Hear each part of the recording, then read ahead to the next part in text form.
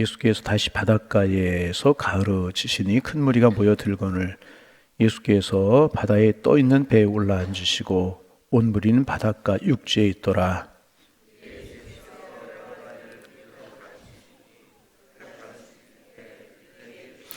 들으라. 씨를 뿌리는 자가 뿌리러 나가서 더러는 흙이 얇은 돌밭에 떨어짐에 흙이 힙지 아니하므로 그 싹이 나오나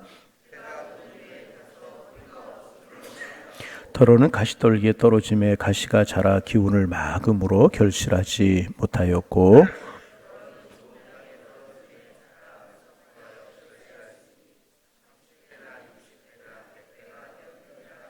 함께 보십니다. 또 이르시되 들을 귀 있는 자는 들으라 하시니라. 아멘. 오늘도 주님 함께 하시는 은혜의 한날 되기를 소망합니다. 늘 우리의 마음을 주님께 두고 살아가는 거예요. 주님이 원하시는 것이 무엇인가, 주님이 기뻐하시는 것이 무엇인가. 그러면 조금씩이라도 우리의 믿음과 신앙이 성숙되고 주님을 기쁘시게 하는 주님의 사람이 되어져 가는 겁니다. 반복합니다. 오늘도 우리의 마음을 거룩한 곳에 또 주님께 두고 주의 말씀에 두고 살아가는, 그래서 축복의 한 날이 되시기를 소망합니다. 오늘 본문을 가리켜서 이제 씨 뿌리는 비유라고 그렇게 이야기를 합니다. 이제 씨를 뿌리는 비유에는 세 가지 중요한 요소가 있죠. 첫째는 뭐냐면 씨앗이고, 둘째는 밭이고, 그리고 다른 하나는 열매입니다. 씨가 좋은 땅에 뿌려지고 그러면 아름다운 열매가 맺히게 되는 것입니다. 씨, 밭, 열매, 세 가지가 이제 중요한 요소입니다. 그런데 이제 씨는 똑같은 씨인 것이지만 어느 밭에 뿌려지느냐 하는 것에 따라서 30배, 또 60배, 100배, 또 어느 밭이나에 따라서 결실이 하나도 없을 수도 있다는 것입니다. 똑같은 밭에 씨가 떨어졌음에도 불구하고 이렇게 다르게 열매가 맺히고 어느 밭에서는 또 결실이 전혀 없을 수가 있다는 것입니다. 그래서 오늘 본문에서 주님께서는 네 가지 밭을 말씀을 하시는데, 오늘은 이제 첫째 그 길가, 이제 네 가지 밭을 말씀하시는데, 길과 돌밭, 가시밭, 좋은 땅, 이렇게 네 가지를 말씀하시는데, 이 네 가지 밭은 이제 그 해석을 하면 이제 말씀에 반응하는 우리들의 마음을, 다시 말씀에 반응하는 우리들의 마음을 이야기한다, 그렇게 말할 수가 있습니다. 오늘 이 말씀을 통해서 이제 내일까지 말씀 우리가 묵상하게 될 텐데, 그래서 오늘 나오신 분들은 내일 꼭 나오셔야 돼요. 다시 한번, 오늘 나오신 분들은 내일 꼭 나오셔야 돼. 내일 못 나오실 분들은, 안 나오실 분들은 아멘 안 하고 꽉 하고 계시는데, 내일 꼭 나오셔야 돼요. 여하튼 이제 네 가지 마음밭을 이야기, 우리의 말씀에 반응은 우리의 네 가지 자세, 마음을 의미한다, 그렇게 말할 수 있습니다. 오늘 한 가지 이야기하고 내일 세 가지 좀 나누려고 하는데, 첫째는 뭐냐 하면 길가와 같은 마음밭이다. 길과 같은 땅이 있고 길과 같은 마음밭이 있다는 것입니다. 이제 길과 같은 마음밭이라고 하는 것은 뭐냐 하면 한마디로 말하면 명목상의 그리스도인을 대표한다, 그렇게 말할 수 있습니다. 여러분, 이 마음을 가진 분들은 교회 밖에 있는 분들이 절대로 아닙니다. 왜냐하면 적어도 말씀을 들을 수 있는 기회를 가진 사람들이 있기 때문에 교회 밖에 있는 사람들이 아니라 교회 안에 있는 사람들입니다. 그런데 문제는 뭐냐면 잘못 듣는다는 거예요. 조금 더 말하면 잘 안 듣는다는 거예요. 이제 그런 마음을 이야기하는 것입니다. 일단 듣는다는 면에서는 이런 분들도 교인이다, 그렇게 이야기할 수 있습니다. 그런데 명목상의 그리스도인, 이름뿐인 그리스도인이라고 이야기를, 노미널 크리스찬이라고 이야기를 할 수가 있죠. 그래서 말씀에 대한 열정도 없어요. 말씀에 대한 사모함도 없어요. 말씀이 그 삶 속에 전혀 뿌리를 내리지 못해요. 말씀과 신앙과 별로 상관이 없는 삶을 살아가는 그런 사람들을 말합니다. 이제 팔레스타인에서 길가라고 하는 것은 이제 밭과 밭 사이에 있는 길을 의미한다고 이제 그래요. 그래서 농부들이나 마을 사람들이 그 길로 걸어 다니고, 혹은 여행객들도 그 길로 이제 걸어 다니는 것입니다. 여러분, 사람들이 길로 이제 다니다 보면 땅이 딱딱하게 굳어집니다. 그렇죠? 사람들이 다니다 보면 밟고 그러기 때문에 땅이 딱딱하게 굳어집니다. 그런데 그런 굳어진 땅에 씨가 떨어졌습니다. 딱딱하게 굳어졌으니까 씨가 이게 흙에 묻히지 못하는 거, 푸근하게 묻히지 못하니까 뿌리도 내리기 전에, 뿌리도 내릴 수 없죠. 딱딱하니까 새가 와서 그것을 쪼아 먹었다 하는 것입니다. 그러면 이것이 무엇을 의미하는 것인가? 딱딱한 땅에 떨어졌고 새가 와서 그것을 쪼아 먹었다. 이게 무엇을 의미하는 것인가? 15절에서 예수님께 친히 말씀하십니다. 15절 말씀을 같이 한번 읽어볼까요? 15절 말씀이 길가에 뿌려졌다는 것은 이를 가리킴이니 곧 말씀을 들었을 때에 사탄이 즉시 와서 그들에게 뿌려진 말씀을 빼앗는 것이요. 길가에 뿌려졌다는 것은 말씀을 들었어요. 근데 듣는 순간 사탄이 즉시 찾아와서 그 말씀을 빼앗아 버렸다는 것을 의미합니다. 새는 사탄을 말하는 것입니다. 새가 그 씨를 쪼아먹듯이 마귀는 말씀이 마음에 떨어져 심기기도 전에, 뿌리가 내기도 전에 그것을 낚아채 간다는 것입니다. 도대체 이런 것은 무엇을 이야기하는가? 이제 C.S. 루이스라고 하는 유명한 신학자가 계시는데 이분이 이제 이런 이야기, 이런 글을 쓰신 적이 있습니다. 삼촌 악마와 조카 악마, 삼촌 악마가 조카 악마한테 쓴 편지 형식의 글이 있습니다. 이제 이 글에 사탄의 전략이 아주 잘 나타나 있습니다. 어느 날 사회적으로 존경받는, 아주 존경을 받으신 영국의 한 이제 노 신사가 도서관에 가서 책을 읽었습니다. 책을 읽다가 기독교 서적 하나를 손에 잡았어요. 그리고 그 책을 읽다가 도서관에서 그 책을 읽다가 큰 감명을 받았어요. 우리로 말하면 은혜를 받은 거죠. 다시 말하면 감동을 받은 거죠. 감동을 받고 은혜를 받았습니다. 그래서 맞았어. 그래. 나도 이제 좀 제대로 좀 믿고 제대로 좀 신앙생활 해야지. 내 노신사라고 그랬잖아요. 내 생애가 이제 얼마 남지 않았는데 하나님 앞에 나아갈 준비를 해야 되지 않겠는가. 나도 좀 신앙생활 제대로 하고 예수 좀 제대로 믿어야지. 그 책을 읽다가 은혜를 받은 거예요. 다른 말로 바꿔 이야기하면 감동을 받았고, 또 다른 말로 바꿔 이야기하면 도전을 받게 된 것입니다. 그리고 삶에 대해서 그 책을 읽으면서 진지하게 생각을 하기 시작을 했어요. 참 좋은 거죠. 책을 읽다가 도전을 받고 은혜를 받았으니 얼마나 좋은 생각입니까? 왜냐하면 이 생각 때문에 자신의 인생이 바뀔 수 있고 남은 생애를 의미 있게 살 수 있는 것 아니겠습니까? 참 귀한 일입니다. 이렇게 이제 진지하게 생각하고 고민하고 어떻게 살 것인가 그렇게 생각하고 있는데 갑자기 머릿속에 점심시간이 다 되었다는 생각이 머릿속에 드는 겁니다. 그러자 이분의 생각이 우선 밥부터 먹고 생각해보자 이렇게 된 겁니다. 그리고 식당에 들어가서 밥을 먹기 시작을 합니다. 밥을 잘 맛있게 잘 잡수셨어요. 밥을 먹고 보니 식곤증이 찾아오기 시작을 하는 겁니다. 그리고 이제 드는 생각이 인생이 다 그런 건데 내가 뭐가 특별하다고 이 나이에 내 삶의 방식을, 내 생각을 바꿔 보겠는가라고 하는 생각이 들기 시작을 하더라는 거예요. 인생이 다 그런 거지. 나도 열심히 그동안 살아왔잖아. 이런 생각이 마음속에 찾아오고 들기 시작을 하더라는 것입니다. 그러자 이분이 점심을 드시고 나셔서 마치 아무 일도 없다는 듯이 이제 도서관에 가서 짐을 챙겨가지고 버스를 타고 집으로 이제 옵니다. 그때 이제 악마가 버스를 타고 돌아가는 노 신사의 뒤에서 회심을 짓는다는 그런 이야기, C.S. 루이스라고 하는 유명한 분이 한 그런 이야기입니다. 여러분 어떻습니까? 이 이야기가 여러분 이 모습이 우리의 모습은 아니냐 말입니다.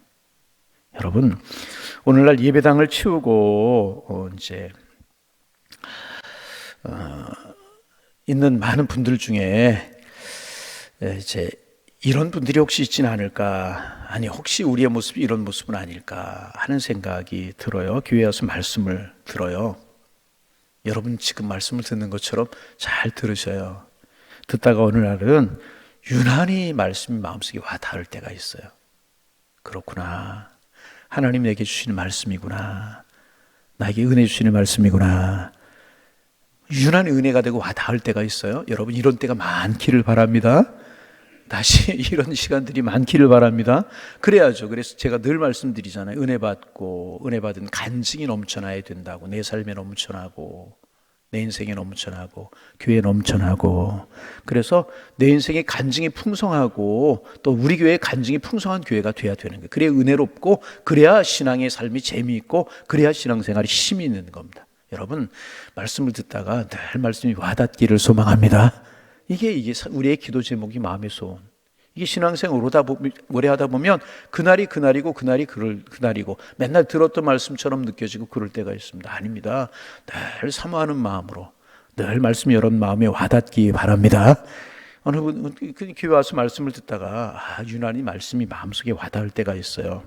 맞아 그래 하나님 내게 주시는 말씀이지, 나도 신앙생활 좀 새롭게 해야지, 믿음생활 좀 새롭게 해야지, 나도 좀 제대로 믿어봐야지, 좀 이제 달라져 봐야지. 주일날 목사님 말씀에 시간이 새해고 무근해고 그날이 그날인데 왜 새해를 주셨는가, 지나가는 시간에 허리를 묶어서 왜 지나간 해에 왜 새해를 허락하셨는가, 다짐이 있고 새로운 출발이 있고 새로운 결단이 있게 하기 위해서 하나님이 때와 시를 주신 것이다. 그런 말씀 주일에 나눴는데, 내가 새해 이런 말씀이 나에게 들려오니까 내가 좀 새롭게 결단하고 제대로 믿어봐야지. 이제 이런 결단, 여러분 이런 마음으로 시작하셨습니까? 이런 마음이, 새해는 아니지만 이런 마음이 들 때가 있단 말이죠. 그렇잖아요. 그런 마음이 이제 들 때가 있어요. 그런데 그 마음속은 이제 그 마음 가지고 은혜다 그렇게 생각하고 있는데, 그날따라 설교가 좀 긴 거예요.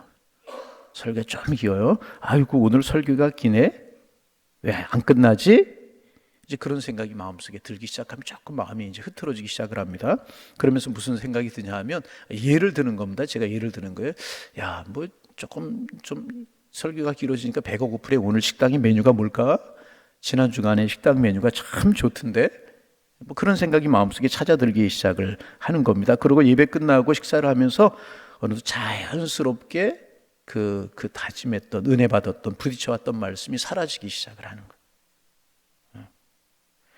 이제 예배 끝나고 교회 식당이든 밖에서 집에 가서 또 식사를 하던 잊어버리게 되는 것입니다.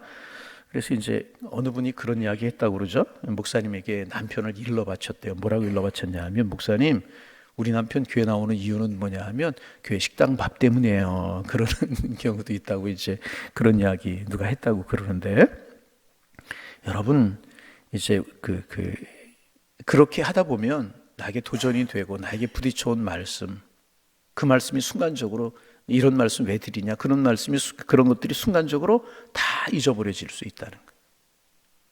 뭐 부딪혀와도, 은혜가 돼도, 깨달아져도 금방 잊어버리고, 그 깨달은 부딪혀온 말씀이 내 삶에 깊숙이 들어오고 삶에 적용이 돼서 변화가 되지 않는, 그래서 아무 일도 일어나지 않았던 것처럼, 뭐 책을, 기독교書읽을 읽다가 은혜 받고 점심 먹는 시간에 다 빼앗겨 버려가지고 아무 일도 없었던 것처럼, 집으로 돌아가는 노신사처럼 마치 아무 일도 없었다는 것처럼 또 다시 월요일을 시작하고 또 내일을 시작하고 또 내일을 시작하고 그럴 수가 있다는 것입니다. 그때 C.S. 루이스라고 하는 이분의 말에 의하면, 이 사람 뒤에서, 이런 신앙생활하는 사람 뒤에서 마귀가, 사탄이 회심의 미소를 짓고 있을 수 있다는 거예요. 마귀가, 그래 말씀 들어봤자 뭐하냐, 이게 사탄이 새가 와서 씨를 쪼아싸갔다는 의미로 C.S. 루이스라고 하는 분은 해석을 하고 있습니다. 여러분, 세상의 주인은, 진정한 주인은 주님 하나님이신 줄로 믿습니다. 그럼에도 불구하고 바울은 고린도전서 4장 4절에서 이렇게 이야기합니다. 이 세상 신이 있다. 마귀 사탄을 이야기하는 거죠. 이 세상 신이 세상의 주인인 것처럼 행사한다. 이제 그렇게 사도 바울이 이야기를 하고 있습니다. 이 세상의 신은 마귀와 사탄을 말하는 것입니다. 바로 이 세상의 신인 마귀가, 사탄이 사람들의 마음을 늘 혼미하게 만든다는 거예요. 우리의 마음을 주님께 고정시키지 못하고, 우리의 마음을 하나님의 나라에 두고 살지 못하게 만들고, 우리의 마음을 세상에 두고 중심을 잃어버리게 만들고, 그렇게 만든다는 것입니다. 때로는 예배 시간에 왠지 모르게 매일 졸리기만 하고 딴 생각만 나게 하고 이렇게 할 때가 있다는 것입니다. 그래서 사람들의 마음을 혼미하게 해서 복음의 광채가 비치지 못하도록 방해하고 막고 있다는 거예요. 사탄이 그렇게 하고 있다는 것입니다. 그래서 사탄은 도무지 말씀이 떨어지긴 떨어지고 들려오긴 들려오는데 내 마음속에 들어가지 못하도록 뿌려진 말씀을 빼앗거나 말씀을 들어도 그것을 내 것으로 만들지 못하도록 마음 주에 견고하게 굳은 벽을 세워놓는다, 쌓아놓는다, 그런 이야기. 이렇게 해서 이제 이런 마음들이 이 길과 같은 그런 마음밭이 되게 되는 것이라는 것입니다. 그래서 여러분, 우리가 좀 해야 될 일이 있습니다. 이 길과 같은 마음밭이 되지 않기 위해서 늘 내일 아침에도 우리가 묵상하겠지만은 우리의 마음밭을 기경하는 일, 다시 말하면 갈아엎는 일을 우리가 늘 해야 되는 것이라. 죄송합니다. 지난번 교회 그 장로님 이야기 종종 하는데 이 장로님이 80이 90이 된 연세에 90이 넘은 연세에 아침에 새벽 예배 1부 2부, 거기는 새벽 예배 1부 2부 두 번이 있거든요. 5시 6시 반 새벽 예배 1부 예배 하루도 빠짐이 없으셔요. 주일 예배 1부 2부 4부 3부 4부 오후 예배 빠짐이 없고. 근데 이제 아무래도 연세이 많으시고 체력도 있고 그러시니까 매일은 아니지만은 이제 이렇게 그 교회는 장로님들 석이 따로 있어요. 근데 그분만, 다른 분들은 다른 데도 앉을 때가 있는데 그분은 늘 거기에 앉으셔요. 맨 앞에 나오셔가지고 딱. 그러면 상당히 모범이 되시죠. 온 교회들이 존경하고 온 교회들이 그분 말 한마디라고 하면 전부 다 순종하고 참 교회 어른이십니다. 근데 이제 체력이 이제 90이 넘고 그러시다 보니까 가끔 설교 시간에 이제 예배 시간에 앞에 앉으셔 주무실 때가 있어요. 가끔. 한 번은 이제 장로님들이 모이셔서 식사를 하고 저 얘기 하다가 분위기가 아주 좋았어요. 그래서 어느 장로님 한 분이 그분에게 이런 말씀하셨어요. 목사님, 장로님 예배 그렇게 오시고 피곤하지 않으세요? 힘드시지 않으세요? 참 귀하십니다. 그러니까 이분이 기분이 좋으시잖아요. 연세가 드시면 또 어린아이가 되고 그러다 보니까 분위기가 아주 좋았어요. 그래서 이제 그 장로님 중에 한 분이, 그분도 70 그렇게 되신 분인데, 장로님 그런데 저 예배 앞에서 예배 시간에 주무시고 그러니까 그럴 때마다 우리의 마음이 좀 덜컹덜컹합니다. 그런 얘기? 좀 집에서 푹 주무시고 그러세요. 이제 그랬더니 갑자기 분위기가 이제 좀 이상해지지 않겠어요?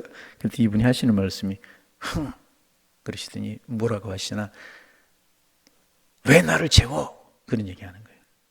그 말씀이 뭐냐면, 그리고 하시는 말씀이 이제 그 말씀에, 그분의 말씀 요지는 뭐냐면 평생 신앙생활 하지 않느냐. 평생 신앙.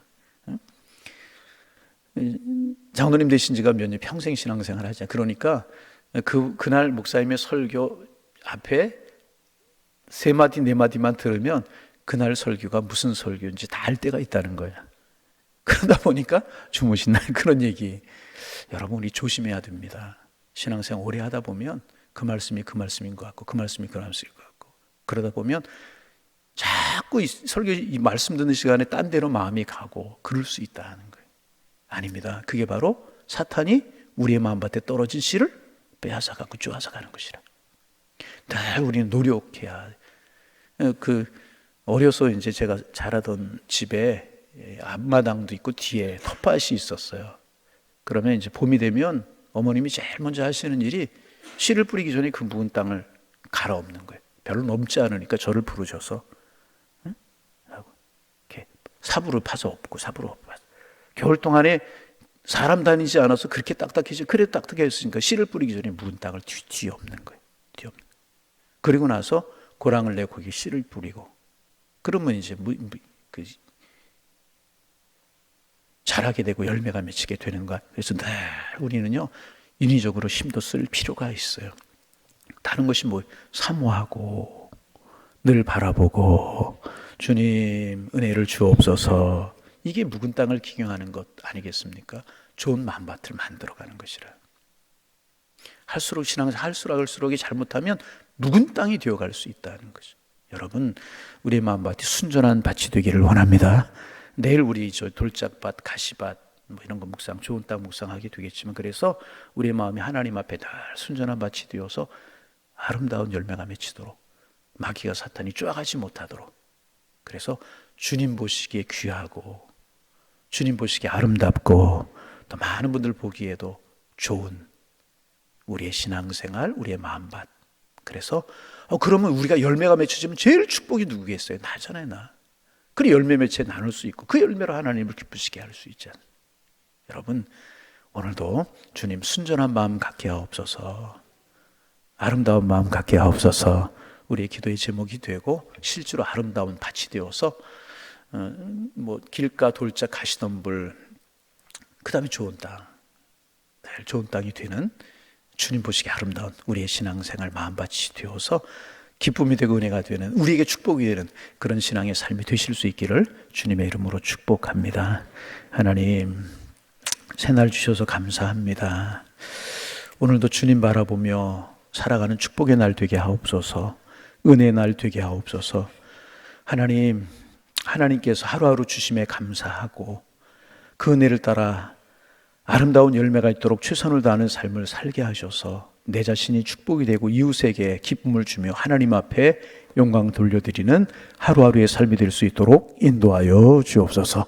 우리가 신앙생활 열심히 한다고 하지만 왠지 모르게 우리의 마음밭이 딱딱해지지는 않았습니까? 길 것 같지는 않습니까? 그래서 말씀이 깊이 들어와 뿌리를 내리지 못하고 열매도 맺히지 못하는 그러한 삶을 혹시나 살고 있지는 않습니까? 그런데도 그런 거 깨닫지 못하고 살아가는 우리는 아닙니까? 하나님 용서하여 주옵시고 우리의 마음밭을, 묵은 땅을 길과 같은 딱딱해져 본 우리의 마음밭을 다시 기경할 수 있도록 은혜를 도와여 주옵소서. 먼저 성령께서 우리의 마음을 도와주셔서 성령께서 우리의 마음을 기경하여 주옵시고 또 우리가 온전하고 순전한 마음으로 주님 앞에 서도록, 그런 신앙생활 하도록 우리의 묵은 땅을 늘 기경할 수 있도록 축복하여 주시어서 말씀이 잘 들려오는 것으로 끝나지 않고 내 마음에 깊이 뿌려지도록 묵상하고 또 그 말씀이 내 삶에 적용이 되도록 힘쓰는 삶을 살게 도와주셔서 열매 없는 무화과나무가 되지 않게 하옵소서. 입만 무성한 무화과나무가 되지 않게 하시고 소리만 요란한 빈수레가 되지 않게 하시고 하나님 열매로 가득가득 차고 열매가 탐스럽게 아름답게 맺힐 수 있는 좋은 마음밭, 좋은 땅, 좋은 나무가 될 수 있는 저희들 될 수 있도록 주님 인도하여 주옵소서. 은혜를 주옵소서. 은혜 위에 은혜를 더하여 주시어서 우리 이런 신앙인들로 살아가기를 원합니다. 명목상의 그리스도인들로 살아가지 않도록 도와주시고 신실한 그리스도인들 다 될 수 있도록 주께서 인도하여 주옵소서. 하나님 아버지, 올 한 해 새롭게 우리가 시작했는데 새로운 다짐이 있고 새로운 결단이 있기를 원합니다. 새로운 다짐과 결단을 위해서 하나님께서 우리에게 연월시라고 하는 매듭을 주셨는데 하나님 새해를 시작하는 매듭을 또 하나 묶어 풀면서 한 해를 시작했습니다. 우리의 마음속에 다짐하는 것들, 기도의 제목이 되게 하시고 기도의 제목 가지고 기도할 때 하나님 그 다짐들 우리의 삶에 그대로 온전히 심어지게 도와주셔서 올 한 해 정말 축복의 한 해, 은혜의 한 해, 주님과 가까워진 한 해, 열매가 있는 한 해, 정말 존귀한 한 해, 주님을 두 손 들어 찬양하며 살아가는 기쁨의 한 해가 될 수 있도록 은혜 위에 은혜를 도와여 주옵소서. 주님께 점점 더 가까이 가는 한 해가 될 수 있도록 성령이여 도와주옵소서. 올해 우리 교회 표를 오직 의인은 믿음으로 말미암아 살 것이라고 하는 표를 정했는데, 아니 주님께서 이런 마음을 주셔서 이런 표를 정하게 하셨는데, 의인, 우리 하나님을 믿는 하나님의 사람들 의인인데 우리 믿음을 따라 살게 하여 주옵소서. 세상 소리, 내 욕심 고집 따라 살지 않으며 세상의 가치관 따라 살지 않으며 하나님 우리 믿음을 따라 살고 신앙을 따라 살 수 있도록 인도하여 주셔서 올해도 하나님 기쁘시게 하는 한 해가 되기를 원합니다. 축복의 한 해가 되기를 소망합니다. 복 있는 한 해가 되기를 원합니다. 시냇가의 심은 나무처럼 잎이 푸르며 열매가 맺혀지는 한 해가 될 수 있도록 도와주셔서 하나님이 형통을 선물로, 형통을 축복으로 주시는 한 해가 될 수 있도록 인도하여 주옵소서. 생업도 건강도 자녀들도 경영하는 모든 것들도 형통한 한 해가 될 수 있도록 은혜 위에 은혜를 도와여 주옵소서. 우리 교회가 주님 앞에 기쁨이 되는 교회로 올해도 한 걸음 성숙할 수 있도록 주께서 함께하여 주옵소서. 하나님 새벽에 나올 때마다 주님 우리의 기도를 도와주셔서 기도의 제목이 생각나기를 원합니다. 기도할 때 성령님 도와주셔서 마땅히 간구할 바를 간구하기를 원합니다. 하루하루 기도하고 주님과 함께 시작하는 날들이 복 있는 날이요, 행복한 날이요, 은혜의 날들, 기쁨의 날들, 소망의 날들이 될 수 있도록 축복하여 주옵소서. 우리 양일의 성도님들 오늘도 어느 곳에서 어떤 일을 하면서 어떤 사람 만나며 살아가든지 축복을 전하며 사랑을 전하며 은혜를 전하며 하나님 정말 보람있게 살아가는 한 날이 될 수 있도록 주께서 인도하여 주옵시고, 혹시라도 여러 가지 일들 때문에 넘어지고 쓰러지고 마음이 상해져 있는 분들 어루만져 주시고 주님 사랑으로 함께하여 주시어서 새로운 힘을 내어서 소망의 날 될 수 있도록 축복하여 주옵소서. 예수님의 이름으로 기도하옵나이다. 아멘.